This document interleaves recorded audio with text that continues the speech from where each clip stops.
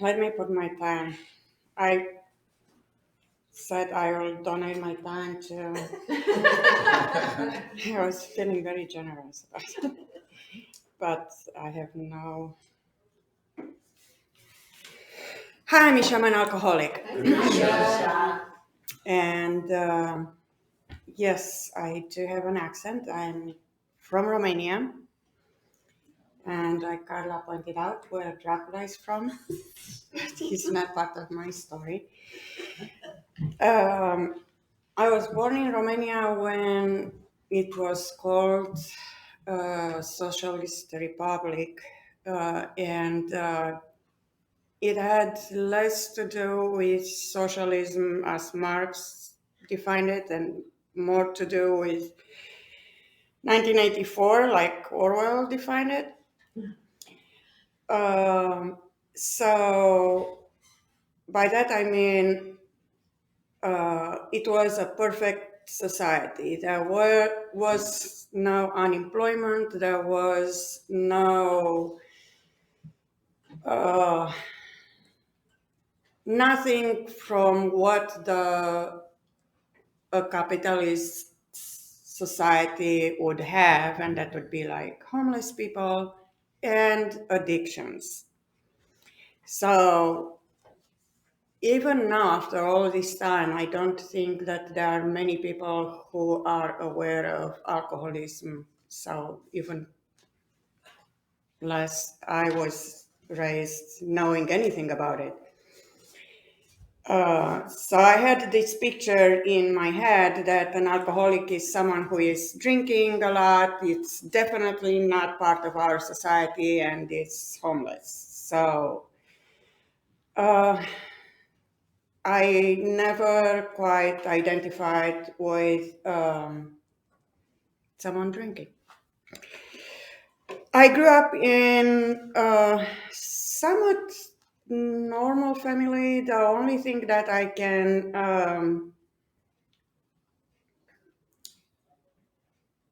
remember being almost a daily occurrence was tension in the house.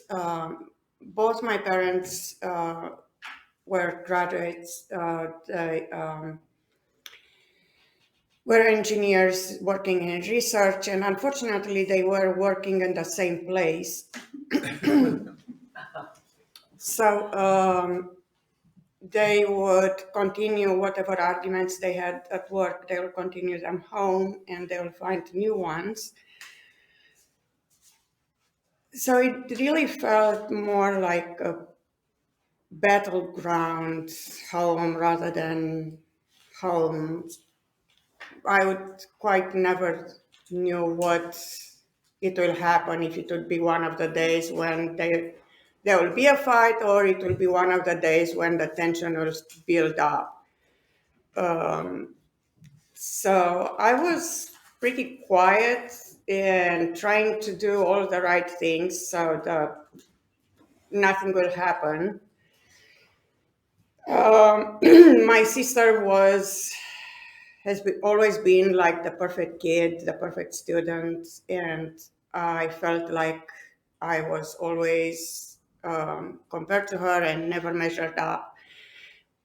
And it's not necessarily my parents or grandparents' fault, but it's definitely something that was already in my head, because I remember my grandpa uh,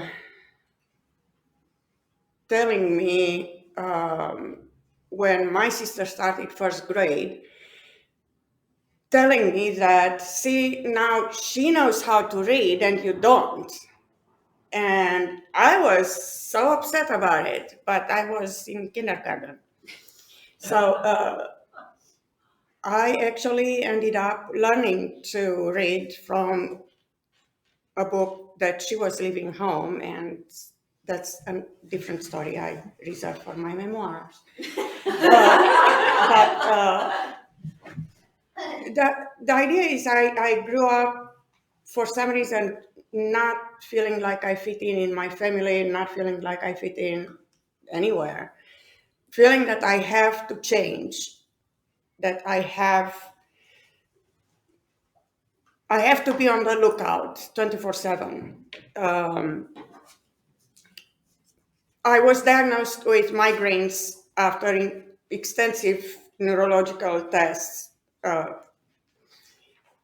when I was in third grade, because I was so tense all the time that I had migraines as a kid. And I still have them, but not that bad.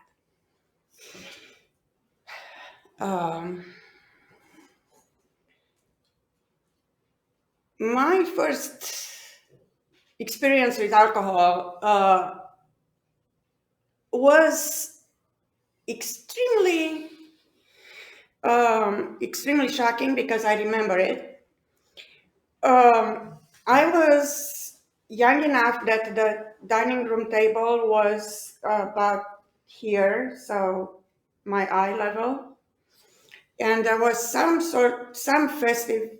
festivity going on, some special occasion, and the dining table was all set up with all different plates and all, and the aperitifs were already poured in the shot glasses and on the plates, on the dessert plates. And I remember going, and it looked like, because they are small, it looked like they are for children, and it looked like our syrup. So I took one of them and I drank it like real alcoholic I am. All of it, like, why leave anything? And I remember the burn. That's how much of an impression it made. I remember the burn. I remember that I didn't like it. I made a face, but then I wanted more because I remembered my mom thinking that it's funny and wanting to give me a bit more, and my uncles who were part of the party, they thought that it's really funny and wanted to give me more. But my dad was like really upset, and so that stuck in my head. Fast forward to 1988, when the revolution happened and everything turned upside down, and I'm first generation that starts high school in a free world. So not only I'm a teenager, but the whole freaking country is a teenager. So from being a very close country with really strict, absurd rules, all of a sudden there are no rules. There is no age limit to buy alcohol, to do anything. You can go in the bar. We had a bar at the corner of the high school, like the block. That's where we would be, and the teachers would know we'll be there. Yeah. Yes. The time to be. But the idea is I started drinking to get out of myself, and it worked. It it worked so well that for the longest time I thought that my problem is not drinking. My problem is depression, and severe depression for that matter, and anxiety, and that ended up being like pretty severe, culminating with like almost a year of agoraphobia, like senior year in high school and after. Um, and I always thought of it as a solution. So I will come back to it over and over again, even though everything went down with my use. I could look at my progression of drinking and growing dependency on it, and my fall into more and more severe depression that actually ended up with a couple of suicide attempts at the end of my senior year. And the only reason I gave up was because I survived one that I shouldn't have survived, and came out of it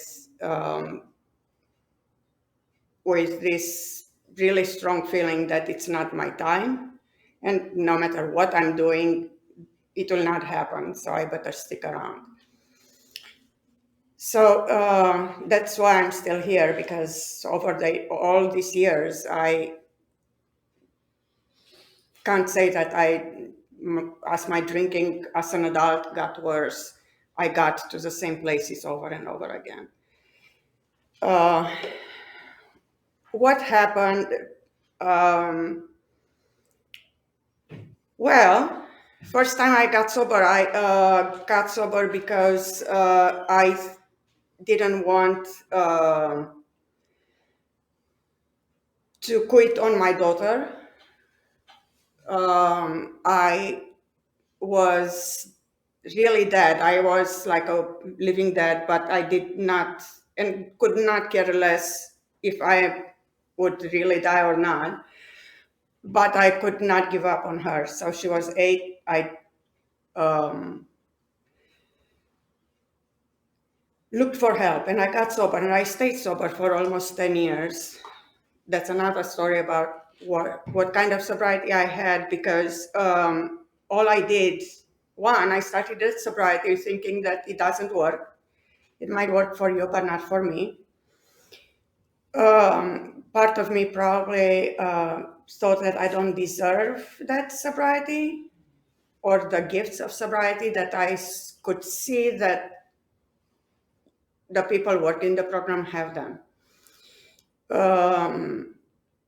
And I would work the program only as much as I'll get some relief, just enough to survive, just enough to be there, get some peace, get some stability, and then disappear again. And what happened? What happened? I cannot say for sure what happened this year. My guess would be that probably in a blackout, because I don't remember doing it. I had been praying because I have this idea that at some point, as response of that prayer is, I can see like the steps of like God working for me, in me, through me. So it's like God did work for me, doing things that I would not have done. And that is my partner breaking up with me. And that was the greatest blessing of this year, because I would not be here, and probably I will not be alive by now. The way I was going, and the depression getting worse. And for some reason, I had this moment of clarity, because we broke up on June 14th, and my new date of sobriety is June 15th. And I remember clearly looking at myself in the mirror, and which is quite amazing because I was like really hangover. But I remember looking at myself and realizing that God did not punish me. It's not a punishment, it's a grace. It's removing everything that I put between me and him, because I was dying. I was, the way I'm seeing it, I was so lost, I didn't know I was lost. And what I have now I have hope. I have hope, and I know that when I'm doing the right thing, I have peace. And I know that when I'm grateful, I have joy. And I'm really, really thankful for everybody who came before me and is showing me how things are done. And I'm extremely grateful for the people with 5, 10, 40 years who keep coming, because you are here when someone with 1 day or 5 months is coming. So thank you very much for my sobriety.